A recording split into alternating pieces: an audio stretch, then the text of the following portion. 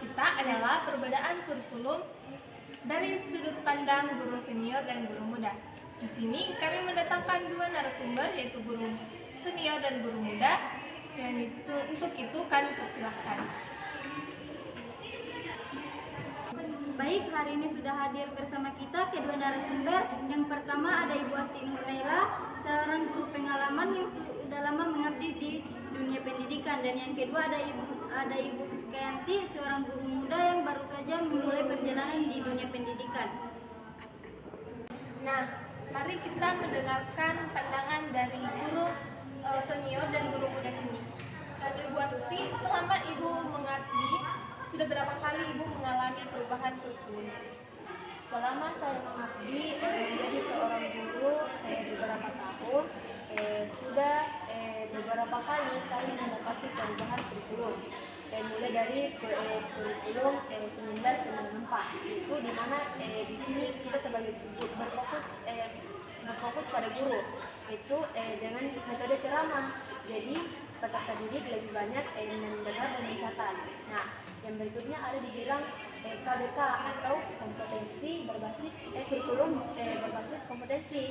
Nah, di mana di sini itu mulai mengarah pada kompetensi dasar peserta didik.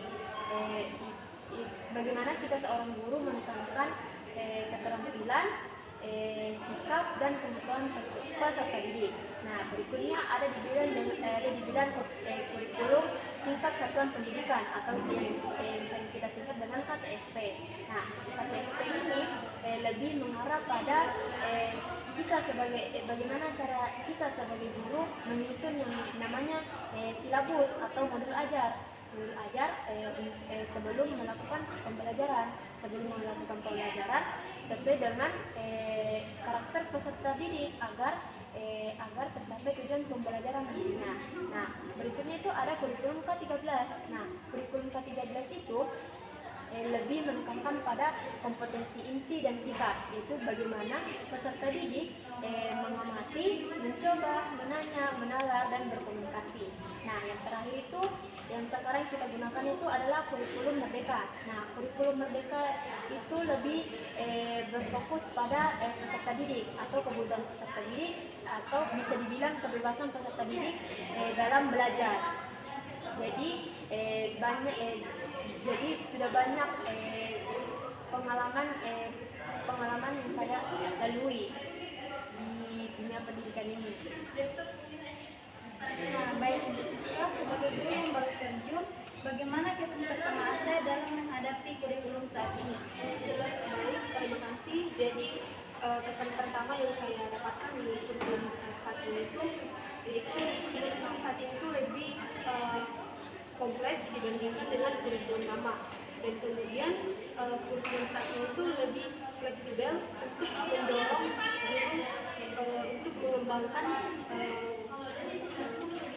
untuk mengembangkan keterampilan belajar untuk menyelesaikan dengan kebutuhan siswa. Dan kemudian kurikulum saat ini juga itu lebih berfokus pada keterampilan berpikir kritis, kreativitas, dan kolaborasi. Menurut Ibu Asti, perbedaan signifikan antara kurikulum yang terdahulu dengan kurikulum yang diterapkan saat ini. Menurut saya, perbedaan yang paling terasa itu adalah pada pendekatannya, karena kan dulu lebih berfokus pada guru, pada materi, sehingga peserta didik juga lebih banyak mendengar dan mencatat. Nah, kalau sekarang itu kan lebih berfokus pada peserta didik, yaitu bagaimana kita seorang guru menekankan kompetensi, keterampilan, dan kemandirian peserta didik dalam proses pembelajaran. Nah, baik Ibu Siska, apa saja kesulitan yang Anda alami saat menerapkannya? Jadi mungkin kesulitan yang saya rasakan dalam menerapkan kurikulum saat ini itu lebih, yang pertama itu kesiapan guru. Jadi guru itu harus mempersiapkan diri lebih mendalam untuk menerapkan kurikulum saat ini. Kemudian yang kedua itu kurangnya infrastruktur dan akses teknologi, karena banyak sekolah yang masih terpencil itu kurangnya infrastrukturnya dan ini, bagaimana pengalaman panjang Ibu dalam membantu menyesuaikan diri dalam perubahan kurikulum? Pengalaman terpanjang yang saya lalui itu membuat saya terbiasa beradaptasi.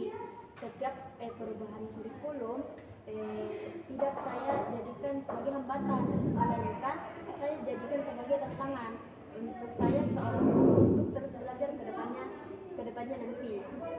Itu. Baik Ibu Siska, bagaimana cara menjembatani pengalaman guru senior dengan semangat guru baru? Baik, terima kasih. Jadi untuk menjembatani semangat guru baru itu, yang pertama itu misalnya melakukan kolaborasi. Jadi guru lama dengan guru baru itu melakukan kolaborasi untuk mengembangkan rencana pembelajaran. Kemudian yang kedua itu mentorship. Nah, jadi guru lama itu menjadi mentor untuk guru baru untuk mendukung atau membimbing dalam mengembangkan pembelajaran. Dan kemudian yang terakhir itu bertukar pengalaman. Jadi guru baru dengan guru lama bertukar pengalaman. Misalnya guru lama ini membimbing guru baru untuk mengembangkan pembelajaran, kemudian guru baru ini membimbing guru lama untuk mengembangkan teknologi. Baik, terima kasih kepada Ibu Asti Nurlela dan Ibu Sukayanti atas pandangannya tentang perbedaan kurikulum ini. Nah, dari pengalaman panjang hingga pengalaman dari semangat baru ini, kita bisa mengetahui bahwa setiap guru memiliki generasi dan peran penting dalam menghadapi dinamika kurikulum. Oke. Dari pengalaman panjang dan semangat baru, kita bisa melihat bahwa setiap generasi guru mempunyai peran penting dalam setiap perubahan dinamika kurikulum.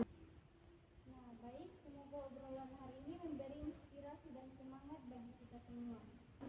Sekian podcast kita hari ini, semoga bermanfaat. Sekian dan terima kasih.